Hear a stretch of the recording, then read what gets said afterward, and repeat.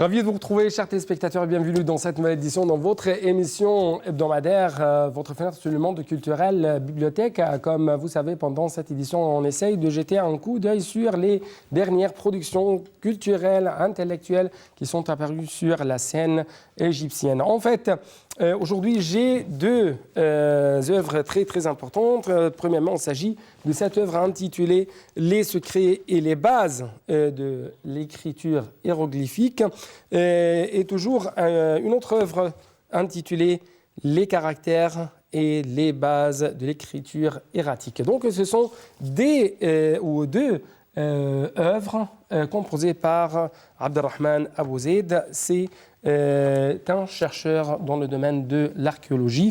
Mais avant de vous laisser avec un tout petit reportage qui va jeter la lumière sur ces deux écritures, je dois vous noter une chose très importante. L'écriture hiératique permettait dans l'Égypte antique aux scribes d'écrire rapidement en simplifiant les hiéroglyphes et était utilisée dans l'administration. Donc, je dois actuellement vous laisser avec ce reportage. Après cela, c'est le temps de notre rendez-vous avec l'archéologue Abdelrahman Abou Zeid.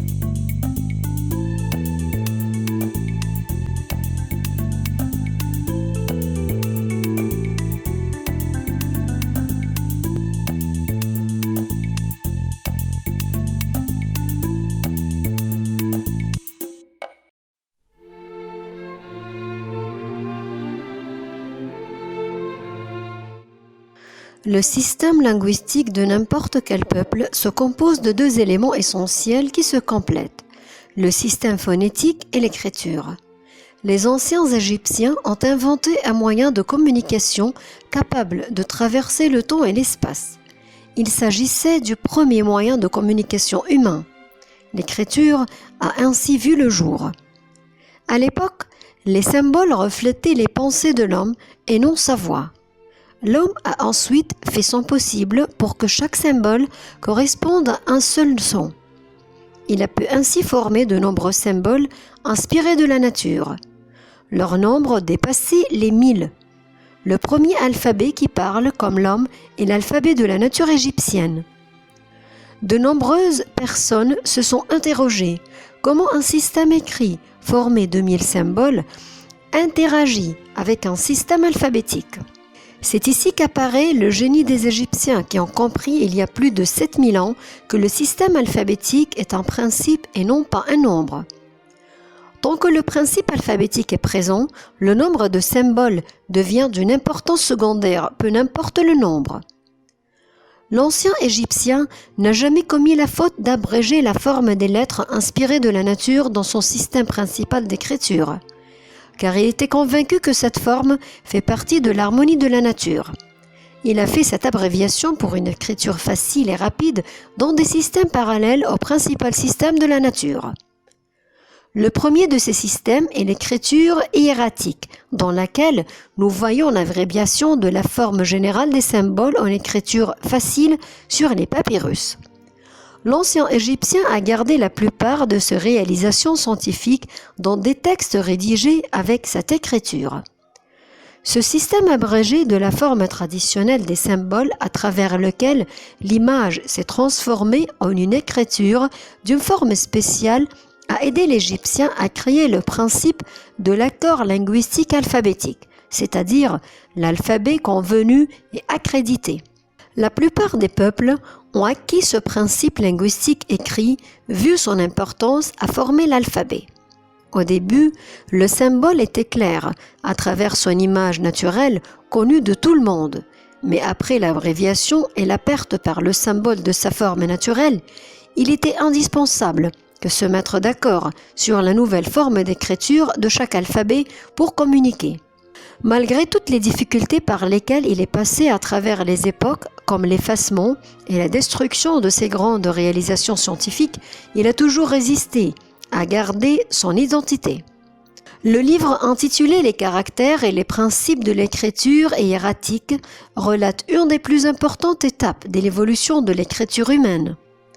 L'écrivain a fait un grand effort pour sortir cet ouvrage sous une forme simple et dans un style linguistique scientifique en langue arabe, afin que tous les lecteurs puisse assimiler son contenu, Tour comme son premier livre. Les secrets et les règles du hiéroglyphe qui a eu un grand succès non seulement au niveau égyptien, mais aussi au niveau arabe et international, et aussi au niveau de toute personne qui cherche à comprendre le génie de nos ancêtres qui ont souffert pendant de longues années.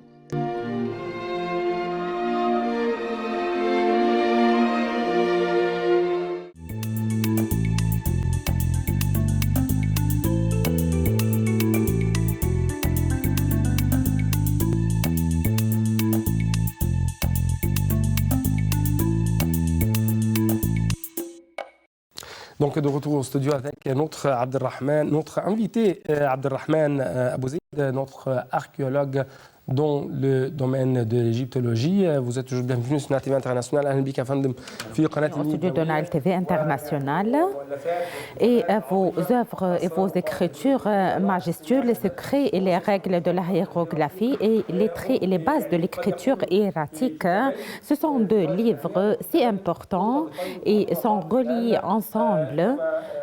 Comme vous avez cité que l'ancien Égypte avait 4 genres d'écriture, laissez-moi vous donner l'occasion ou l'opportunité à donner les définitions des langues, des anciennes langues égyptiennes.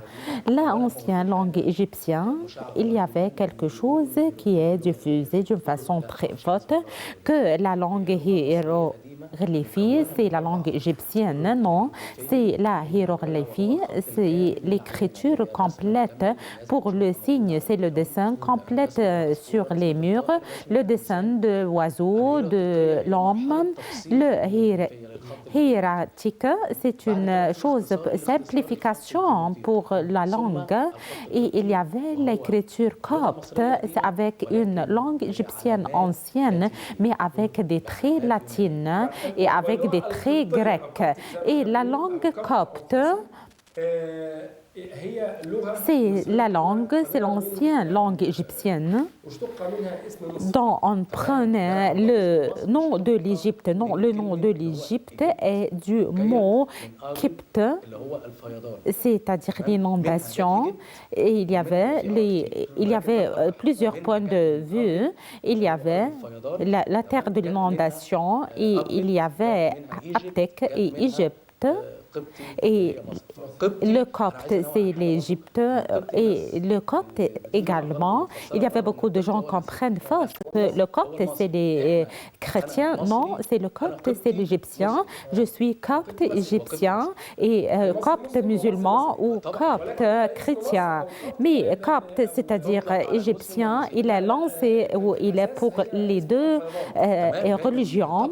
Oui, il est pris de mots de l'inondation copte. Bon, nous avons quatre écritures pour une seule langue, c'est l'ancienne langue égyptienne. Et les particularités pour la langue ancienne égyptienne, la hiérographie, donc, c'est le trait ou l'écriture complète pour le signe. On parle quand les hiérographies comme une écriture, mais il y avait une certaine particularité et des traits spéciaux également pour la langue. Il appartenait à la 6e famille également des familles de la langue et se subdivise en 4 écritures et c'est la langue qui est rédigée sur les temples et les pyramides et l'Antiquité également déplacée stable, mais l'écriture hiératique.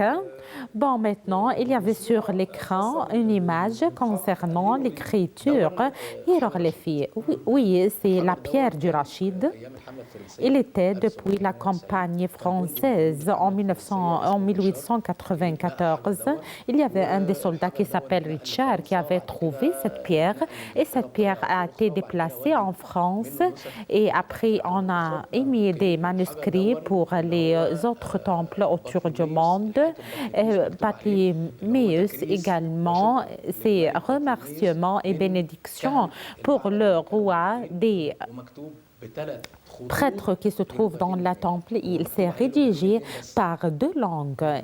Ces deux langues, l'ancienne langue égyptienne avec deux écritures et la langue grecque. Il y avait la langue ancienne égyptienne avec la langue hiéroglyphique et également nous avons la langue grecque et ce sont les trois langues qui étaient très fameuses dans l'époque où cette pierre a été rédigée. Bon, laissez-moi conclure l'information. Il y avait une langue égyptienne, mais il y avait une seule langue égyptienne et il y avait plusieurs langues, il y a plusieurs écritures. Oui, bien sûr, comme dans la langue arabe. Donc, je vais dire pourquoi également, pourquoi l'écriture hiératique ancienne a été apparue. Il y avait un hiéroglyphe il est difficile pour l'ancien égyptien parce qu'il y avait beaucoup de dessins. Il a été relié par les temples et il a besoin pour l'exécuter beaucoup d'efforts et beaucoup de temps également. Quand quelqu'un rédigeait sur le mur, il y avait quelqu'un qui corrige l'écriture dessinée. Donc, le dessinateur ou ce qui fait cette sculpture, s'il avait par exemple commis une faute, il essaie à le remédier et il met une certaine pierre et rédigée sur cette pierre. Mais avec le temps, il y avait beaucoup de couchettes qui sont tombées. Il y avait l'écriture qui est fausse et le juste est sur le faux. Donc c'est un grand effort avec la pluralité des papyrus également. Il y avait l'écriture également hiératique. C'est pour simplification pour les signes. Il s'appelle l'écriture du Elchaït, c'est-à-dire l'écriture qui est rédigée avec le cran ou avec le bic sur l'estrade. L'estrade, c'est quelque chose du marbre ou du pierre. Il s'appelle strade. Donc, hiératique est rédigé sur deux pierres. Voilà, c'est l'écriture hiéroglyphique maintenant. Comme vous voyez, c'est l'image complète pour le signe. Oui, l'image complète pour l'oiseau ou pour le corps de l'être humain. Oui, exactement, c'est juste, voilà, l'oiseau est complète, l'aigle est complète et également le dessin du également bras est complète. Et il y avait zigzag et il y avait dans la langue hiératique pour la simplification. Dans l'étape de la simplification, elle devenait une seule ligne. Pour avoir une seule mouvement de ligne, le but de la langue hiératique, c'est simplification. Laissez-moi également vous demander quelles sont les pushs ou quelles sont les causes de la langue hiératique. Est-ce que c'est une langue où, vu le développement de la vie quotidienne pour l'être humain, ce qui rappelle ou ceux qui sont responsables pour l'écriture en ancien Égypte ou dans ce temps-ci a développé l'écriture. Oui, bien sûr, l'écriture également, il a été kahanouti également, c'est-à-dire des Grecs qui l'ont dit ce surnom dans une période bien retard de la langue hiératique. Ils ont écrit des textes religieux. Les textes religieux sont seulement rédigés par la langue hiératique. Donc, c'est pourquoi ils ont dit que c'est la langue de notre bon Dieu où on va. Mais non, ce n'est pas pour notre bon Dieu seulement. Elle remet toute la vie quotidienne au cours de la journée. Et la langue hiératique est un part de cette langue. Et d'ici, il y avait l'importance, où on conclut l'importance ou la nécessité de la langue concernant. Il n'y avait pas en Égypte également des références égyptiennes spéciales concernant cette écriture. En ce qui concerne ce point, j'avais fait allusion pour l'introduction de ces deux œuvres. J'appelle mes professeurs et mes instituteurs également. C'est le deuxième appel. Le deuxième appel, vous dites qu'on doit rédiger l'histoire l'histoire égyptienne, on répète, à rédiger l'histoire égyptienne par des mains égyptiens il n'y avait pas des buts ou des interventions s'interviennent dedans. Par exemple, s'il y avait un étranger rédigé en ce qui concerne notre histoire, il va faire entrer également ses ambiances, ses points de vue, vu de la faiblesse de la langue étrangère. Ici, par exemple, les interlocuteurs avec la langue étrangère sont peu, par exemple, dans notre domaine. Donc, ce qui va rédiger mon histoire, un étranger, il est très facile à faire entrer des théories spéciales pour leur pays, sionnites par exemple, etc. Parce que bien sûr, il y avait un grand problème qui se trouve, le problème du Grand Pyramide, etc. On veut savoir ce problème, c'est un problème. Ils veulent prouver que ceux qui avaient construit les pyramides ne sont pas des Égyptiens. Et non, ce n'est pas juste, pas du tout. Et d'ici se trouve la nécessité qu'on doit écrire, on doit rédiger notre histoire par nos mains. Nous-mêmes et par nous, parce qu'il y avait une information, par exemple, qui se trouve dans un livre, peut susciter des recherches et des questions et des interpellations, que par exemple, les pyramides ne sont pas égyptiens et ils sont sur la terre égyptienne. Et également, ils s'appellent l'ancien égyptien jusqu'à maintenant. Jusqu'à notre jour-ci, les théories étrangères et les étrangers là-bas disaient que l'histoire pharaonique ou l'ancienne histoire égyptienne.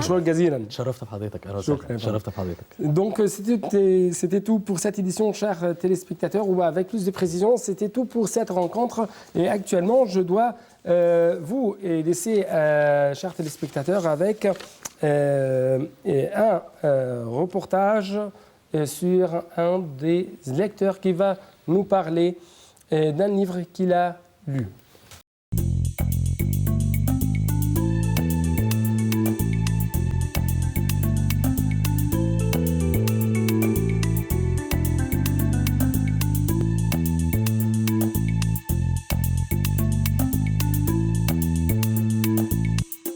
Donc, avant de vous quitter, chers téléspectateurs, nous devons jeter un clin d'œil très rapide sur la statistique d'un box-office sur les livres les plus vendus sur le marché national ou même sur le marché international.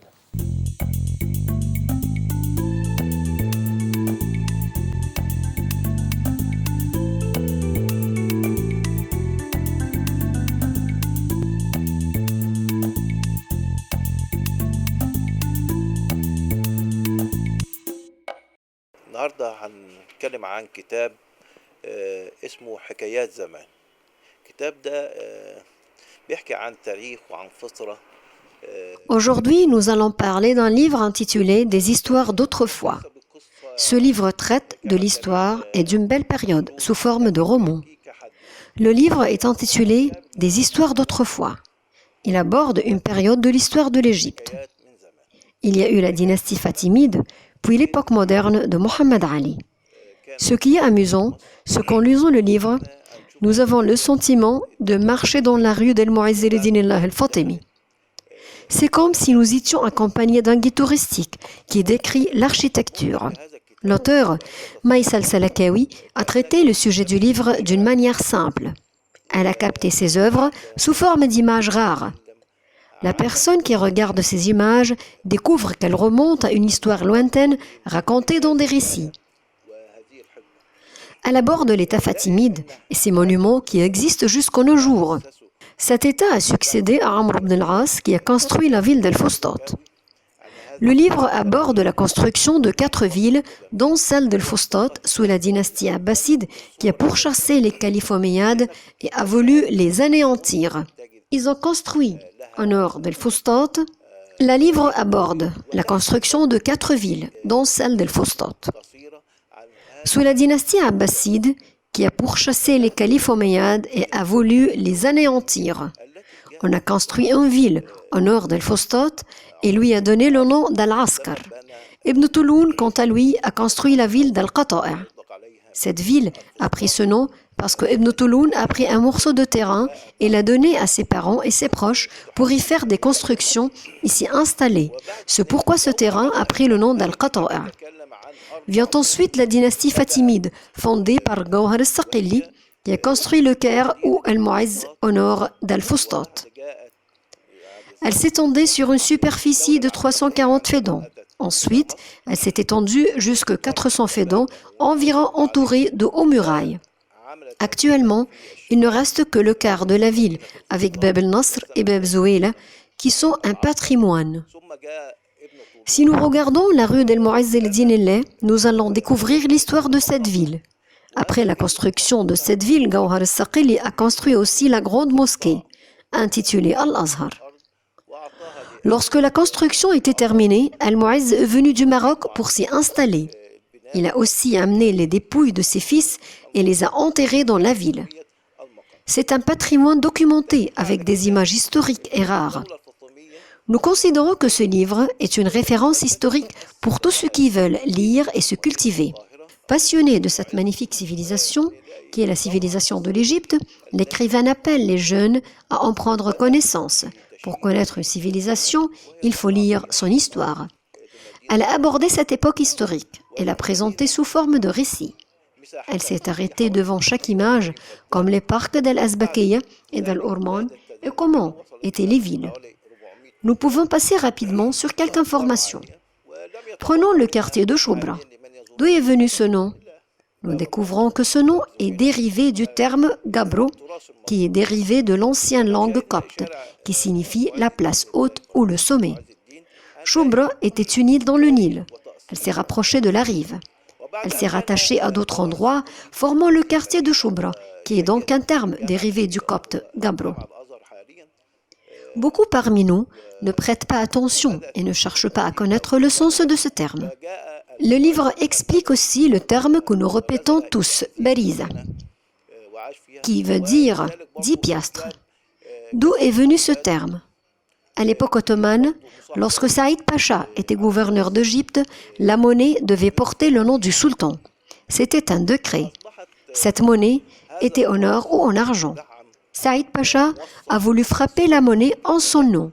Lorsqu'il était en France, il a ordonné de frapper de la monnaie sur le cuivre pour s'écarter de l'or et de l'argent consacrés au sultan. Puisque le sultan n'avait pas donné d'ordre pour frapper la monnaie sur d'autres métaux que l'or et l'argent, Saïd Pacha a choisi le cuivre pour se distinguer du sultan. Quelque temps après, et même avant de prendre livraison de la monnaie, Saïd Pacha est mort. Ismaïl Pacha lui a succédé. Il était à l'Astana. En venant en Égypte, il a découvert que les douanes n'avaient pas pris livraison de ces monnaies. Elles devaient prendre l'ordre du wali pour prendre livraison de la monnaie. Ismaïl Pacha a refusé et a ordonné que la monnaie retourne en France pour être frappée dans le style égyptien portant le nom du sultan. Mais la monnaie était frappée en cuivre et en argent. La monnaie frappée sur l'argent et le cuivre est retournée en Égypte et a été mise en circulation. Les Égyptiens ont donné le nom de bariza à cette monnaie parce qu'elle était frappée à Paris. Ce qui est amusant est que cette monnaie avait perdu 20% de sa valeur à cause de sa mauvaise qualité. Personne n'a jamais abordé ce sujet.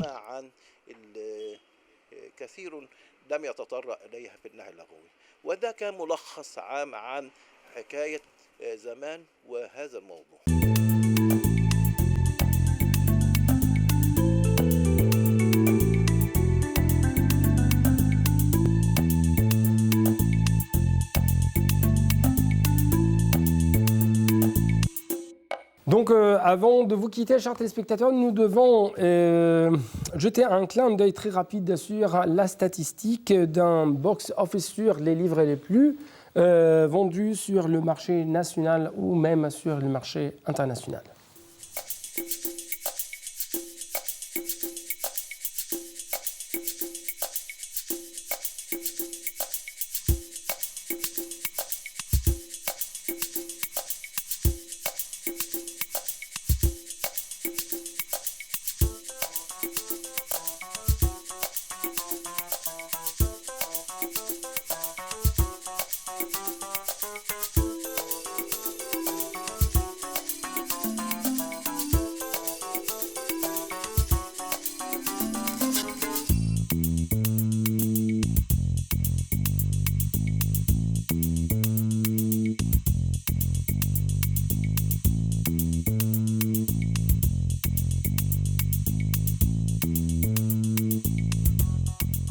Donc, c'était tout pour cette édition, chers téléspectateurs. Je dois vous dire au revoir et à la prochaine.